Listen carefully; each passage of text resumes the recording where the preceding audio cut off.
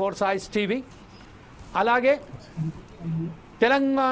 తెలంగాణ రాష్ట్ర సమితి spokes person Amarender గారు, కొలుపుల అమరేందర్ గారు కూడా మనతోటి ఈరోజు జూమ్ లింక్లో రెడీగా ఉన్నారు మాట్లాడడానికి. అమరేందర్ గారు, welcome to the force ice TV అండి. అలాగే బీజేపీ నాయకులైనటువంటి వెంకటరెడ్డి గారు కూడా, అధికార ప్రతినిధి వెంకటరెడ్డి గారు కూడా మనతోటి ఈరోజు ఫోన్ లైన్లో జూమ్లో మనతో జాయిన్ అయిపోయారు. వారికి కూడా ఫోర్స్ ఐస్ టీవీ ఆహ్వానం పలుకుతుంది. అలాగే ఎన్సీపీ పార్టీ రాష్ట్ర ప్రధాన కార్యదర్శి అయినటువంటి మేకల శ్రీధర్ యాదవ్ గారు కూడా మనతోటి ఫోర్స్ ఐస్ టీవీతోని పంచుకోవడానికి సలహాలు, అదేవిధంగా ఈ విషయంపై చర్చించడానికి అతను కూడా జాయిన్లో అయిపోయారు మనతోటి.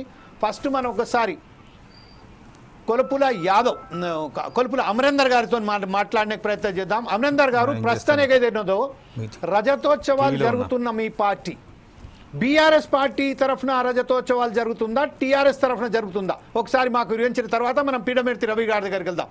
కమాన్, గో హెడ్ అమరేందర్ గారు.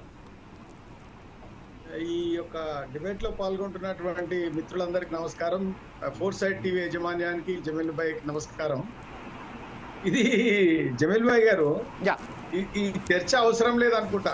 ప్రజలకు కావాల్సిన విషయాల మీద మాట్లాడాలి కానీ అనవసరమైనటువంటి చర్చలకు లేవదీసి వాళ్ళు పబ్బం కప్పుకోవడానికి, ఆ ప్రభుత్వం యొక్క పనులు జవాబుదారితనం లేకుంటే ప్రజలు తిరగబడతారనే ఉద్దేశంతో ఏదో ఒక మాట్లాడడం కోసము ఇట్లాంటి పదాలన్నీ ఈ మధ్యకాలంలో ఉపయోగిస్తున్నమాట వాస్తవం. నేను ఒక మాట చెప్తా. మొట్టమొదటిగా టీఆర్ఎస్ బీఆర్ఎస్ అనేది మాట్లాడే ముందు ఈ దేశంలో అతి పురాతనమైనటువంటి కాంగ్రెస్ పార్టీ ఎప్పుడో 1885లో ఒక ఆంగ్లేయుడు చేసినటువంటి ఒక పార్టీ, 5 సభ్యులు, ఒక ఆంగ్లేయుడు పార్టీ, అది దాన్ని పట్టుకొని ఇవాళ మేము ఇన్ని వందల సంవత్సరాల క్రితం చేసినాం, ఇన్ని వందల వేల సంవత్సరాల క్రితం, మేము దాన్ని తప్పు పడతలేము. ఎందుకంటే కాంగ్రెస్ పార్టీ అనేది ఒకప్పుడు రాట్నం గుర్తు, 3 రంగులు రాట్నం గుర్తుతోటి ప్రారంభమైంది. దాని తదనంతరం ఏమైంది, దాన్ని పండిట్ నెహ్రూ వచ్చిండు, దాన్ని హైజాక్ చేసిండు, ఆయన తొలి ప్రధానమంత్రి అయ్యిండు. తర్వాత ఆ రాట్నం గుర్తు ఎటో పోయింది, చేయి గుర్తు వచ్చింది. ఇందిరాగాంధీ పీరియడ్లో అంతకంత ముందు చేయి గుర్తు వచ్చింది. కాంగ్రెస్ నుంచి, ఇండియన్ నేషనల్ కాంగ్రెస్ నుంచి, అక్కడి నుంచి కాంగ్రెస్ ఆర్గా మారింది, కాంగ్రెస్ ఓగా మారింది. తర్వాత ఎమర్జెన్సీ పీరియడ్లో ఇందిరాగాంధీ తర్వాత 1970 సంవత్సర కాలంలో దాన్ని మళ్ళా ఎన్నికల కమిషన్కి అప్లై చేసి మేమే నిజమైన కాంగ్రెస్ అని చెప్పుకుంటే కాంగ్రెస్ ఇందిరా కాంగ్రెస్ కూడా అయింది. నేనేమంటున్నా, గతంలో చాలా పార్టీలు వచ్చినాయి. రెడ్డి కాంగ్రెస్ వచ్చింది, దాన్ని ఆవుదూడగా మార్చిర్రు, రకరకాలు. కానీ ఇప్పటి వరకు ప్రజలు ఏమనుకుంటారు, కాంగ్రెస్ పార్టీ అనుకుంటారు. అది ఎవరైనా కానీ కాంగ్రెస్ పార్టీ అంటే కాంగ్రెస్ పార్టీ, దాని నిర్మాణం ఎప్పుడు జరిగిందంటే 1885 మాత్రమే మాట్లాడుకుంటారు.